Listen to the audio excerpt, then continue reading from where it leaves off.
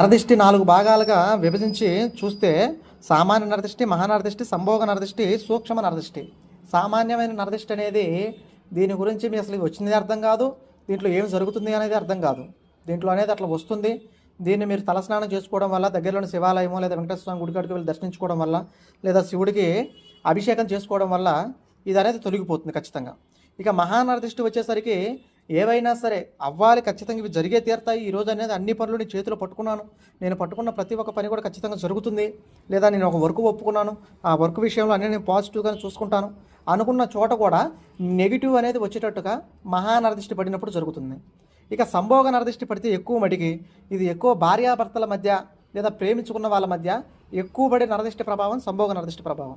ఈ నరదిష్టి పడితే లేదా ప్రేమించిన వ్యక్తిలో కావచ్చు, భార్యలో కావచ్చు, భర్తలో కావచ్చు అధికంగా ఎక్కువగా అనుమానాలు, లేకపోతే ఇద్దరి మధ్య తరచుగా గొడవలు, ఇబ్బందులు, సమస్యలు, లేకపోతే ఎదుటి వాళ్ళు చెప్పిన మాటలన్నీ విని ప్రభావితం అయిపోయి ఎదుటి వాళ్ళ యొక్క మాటల్లో ఉండడం, ఇది అనేది దీనికి జరుగుతుంది. దీనికి అనేది పూర్తిగా ఇది సకాలంలో తెలుసుకోవాలి. ఇక సూక్ష్మ నరదిష్టి వచ్చేసరికి అత్యంత శక్తివంతమైనది, అత్యంత డేంజర్ కూడా. ఇది ఎలా ఉంటుందనంటే చేసే ప్రతి చిన్న పని కూడా ఏడ్చే వాళ్ళు ఉంటారు.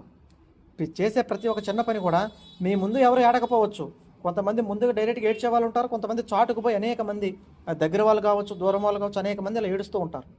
అటువంటి వ్యక్తులు ఏడ్చే సూక్ష్మమైన చిన్న చిన్న వాటికి కూడా ఏదైనా చొక్కా కొనుక్కున్నా, ఏదైనా చిన్న పని చేసినా, ఈ పని చేద్దాం అనుకున్నా చెప్పినా కానీ ఈ దిష్టి ప్రభావం ఎప్పుడైతే పడుతుందో అట్టి మనుషులకు అనేది ఎక్కువ హాస్పిటల్ ఖర్చులు, ఇంట్లో ఎక్కువ ఇబ్బందికరమైన పరిస్థితులు, డబ్బు అనేది ఇంట్లో అస్సలుగా నిలబడకపోవడము, లేదా హెల్త్ ఇష్యూస్ ఎక్కువ, ప్రాబ్లమ్స్ మీద ప్రాబ్లమ్స్ ఒకదాని బట్టి ఒకటి ఎదురుపడడం, ఇంట్లో అనేది చిన్నపిల్లలు అనేది పెద్దవాళ్ళు చెప్పినవి అనేది వినకపోవడం, అనేక రకాలైన ఎక్కువగా యాక్సిడెంట్లు, ఇటువంటివన్నీ కూడా అప్పులు, యాక్సిడెంట్లు నెగిటివ్ జరుగుతూ ఉంటాయి.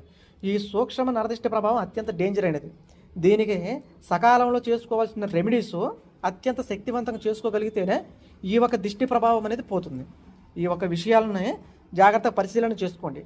కానీ ఏది ఏమైనా సరే ఏ దిష్టి ప్రభావం అయినా ఖచ్చితంగా సోమవారాల పాటు ఖచ్చితంగా అనేది మీరు శివాలయానికి వెళ్ళి నిత్య అభిషేకాలు చేసుకోవడం వల్ల, అభిషేకాలు చేసుకుంటే మంచి ఫలితం అనేది కొంచెం ఉంటాయి. ఎవరైనా సరే ఇంకా అతిగా ఇబ్బంది పడుతున్న వాళ్ళు ఉంటే సంప్రదించండి. వాటి వివరాలు నేను తెలియజేసి మహా నరదిష్టి నివారణ యంత్రాలని చేసి పంపిస్తాను. శ్రీమాత్రే నమః.